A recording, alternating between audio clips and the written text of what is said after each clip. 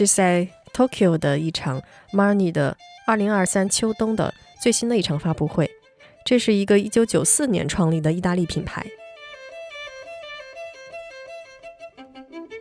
我觉得就是他选择的这个场景很有意思哈，这是丹下健三在1964年的时候所建造的，当时在为这个夏季奥运会所准备的那个体育馆。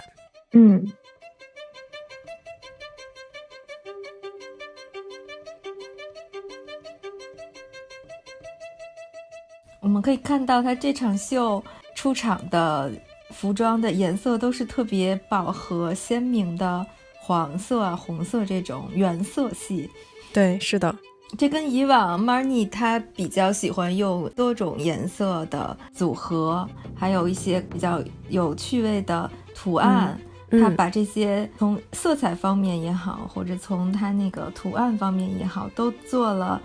减法，等于是。对，是的。其实你知道，我看到他出场的这几个模特的整个造型，我感觉还挺日本的，因为会有一种很严谨性的东西传递出来。我觉得这个是我对日本的一些服装或者是搭配的那种印象，因为他们会有很多的规则在日常的服装搭配当中，比如什么一定要配什么，或者是你服装露出来的长度，你袜子的长度啊等等，这些会有很多很多的规矩，所以会给人一种安全感，但也会给人一种很严谨的那种感觉。对，好像就是比如说现在的这套衣服，就是它那个领子必须要露在毛衣外头，对，然后外面再搭配这种 oversize 的西服，然后穿那种就是带带儿的那个高跟鞋，然后配到膝盖的长筒袜子，这种对，就特别的有纪律性。对，可以在那种日本的那种杂志上面见到这些所谓的那种搭配规则。而且我发现，你看它现在出来的这些服装上面所运用的图案哈，它是那种非常的均衡的、很纤细的格子，这种图案本身就会传递出一种非常的严谨的那种感觉，或者很规矩的感觉。从大衣到裤子到手里的包包都是统一的图案，格子的图案，对，甚至于包括它的袜子也是一样。但是你看它打破这种规矩的另外一个手段是它用了非常饱和度高的这种色彩，它就会呈现一种很活泼的感觉，所以就和它的整个廓形形成了一个很鲜明的一个对比。是的。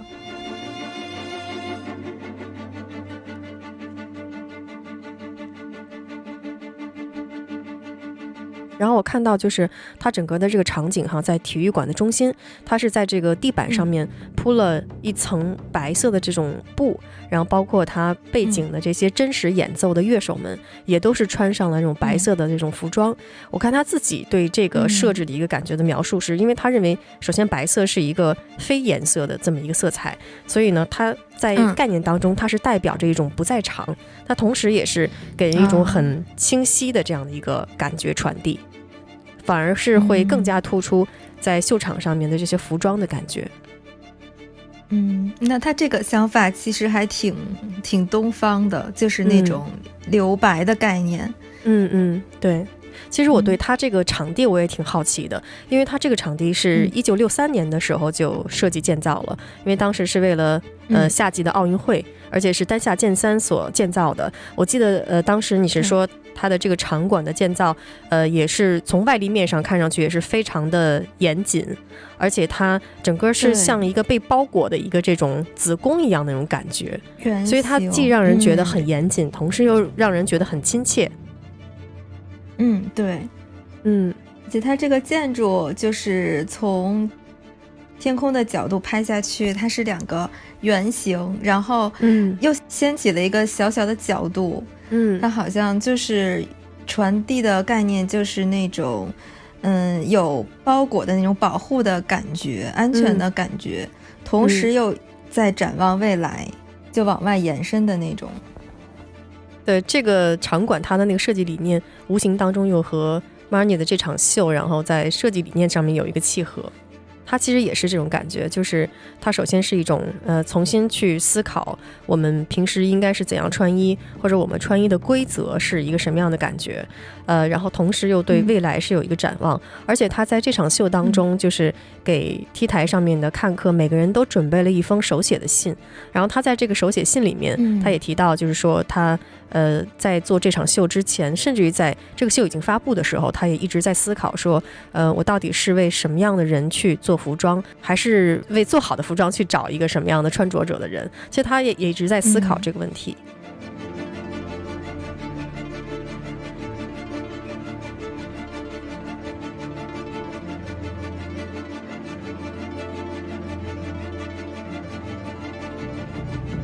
随着这个秀进行过程中，你可以发现服装的廓形已经变得不是那么的犀利，对，就是前半场就是那种要不然就是很 oversize 很宽大的廓形，要不然就是非常修身，然后非常包裹的那种体现你体态的那种廓形。但是进行到现在，你就会发现整个放松下来，开始出现一些放松下来，对，甚至出现一些填充效果的，对那种鼓起来的茧型的，或者是那种有点稍微笨重一点的廓形的外套，然后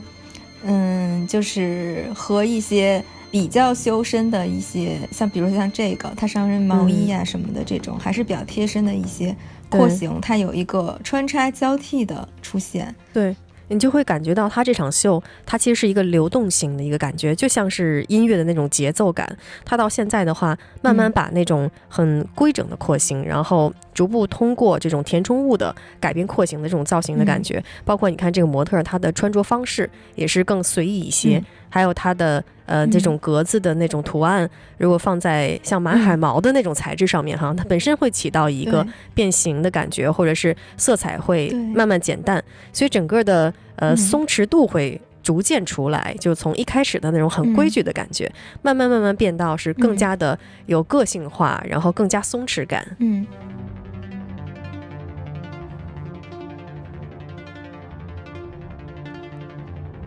而且我也发现就是他这次的男装的部分哈，有很多男装他们也穿了那种高跟鞋，跟女生的那个装束是一样，包括你看这个男生，其实他的裤子的廓形也是在胯的这个部分其实是很圆鼓鼓的那种感觉哈，其实有那种女性化的那个廓形出现，对，然后包括上身也是一个紧贴上身的这么一个打底衫。对，我记得这个 Marni 的设计师利走他说过，他想通过让男生和女生穿上完全相同的单品，和相同的比如高跟鞋，然后长筒袜这种，然后让观看者就是开始不意识到他们是不同性别的人，可能是渐渐的想要去模糊掉这个边界，但是呢就是在这个打破过程当中，其实他又陷入了另外一种规则，就是比如说让他们穿上统一的衣服，让他们穿上统一的颜色和图案，其实这是又陷入了另外一种规律当中。我明白他说这种感觉，其实你知道他说的这个感觉在有时候在影视拍摄当中也会遇到这种东西，就是比如有些时候我们为了去打破一个传统的比如说审美标准，然后而要去做一些尝试，但是其实你所做的那些新的那个标准又是一个崭新的一个规则，所以我觉得这个东西其实有时候会是一个悖论。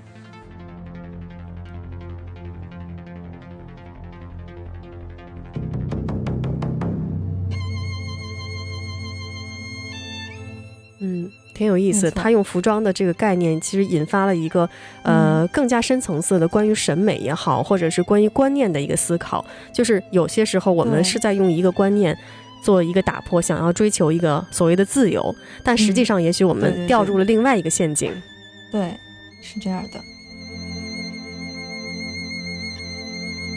我觉得它这整场的颜色，应该它用的都是那种纯原色，也就是没有经过调配的这种色彩，然后整体感觉就是会非常的活泼，然后整个的那种色彩的明亮度，它整个的感觉是非常的有一种向上的那种感觉，所以我觉得色彩里面也传递出了就是他所想的要展望未来的那个情绪。嗯，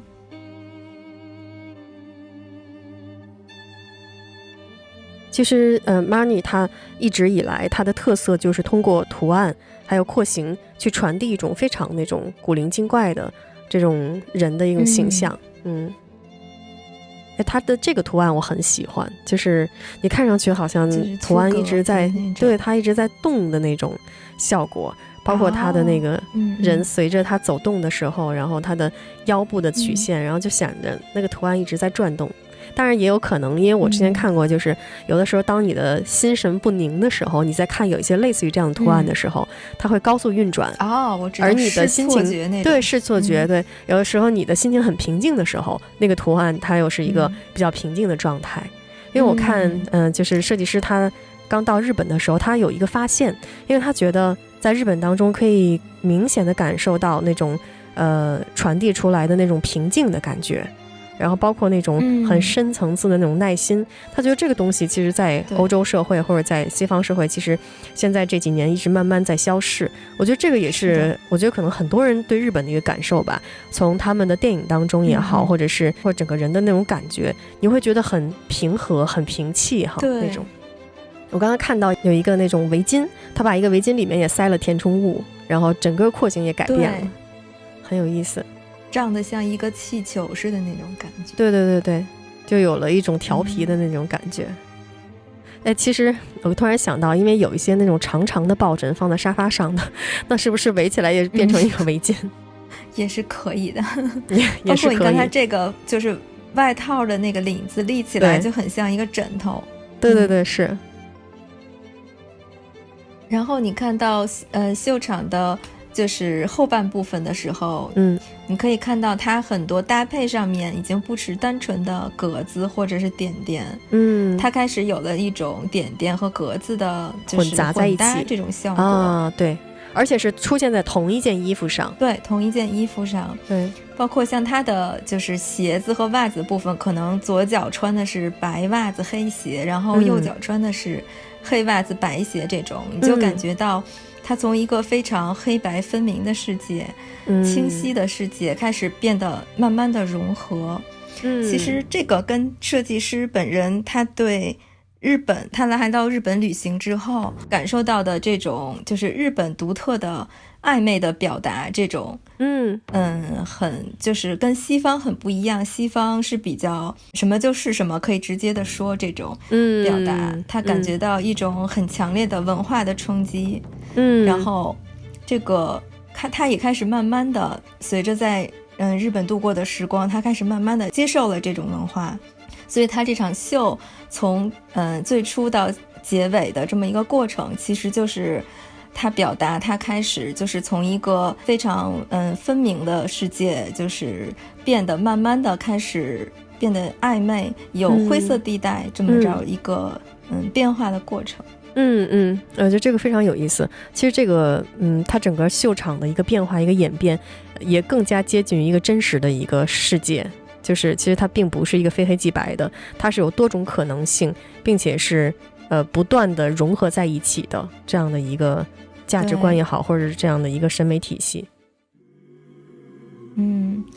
比如你可以看到他用了很多像草间弥生对特点的这种不规则的对对对波点大小，然后他用这种马海毛的材质，你可以看到就是点点的边缘有那种渐渐向外扩散，然后变得融合的这么一种表现。对，也是对来表达这个主题。其实我觉得就是从这场秀当中，我可以能够感受到设计师他自己，首先他来到东方，然后来到日本的那种文化带给他的冲击感，以及这种冲击感带给他自身的一个反思，就是他自己身为一个西方人，然后他在看待西方与东方文化当中那些不同的点的时候，包括如何去融合的就这些东西，我觉得这是非常有意思的，这可能也是服装设计本身会有趣味的一点。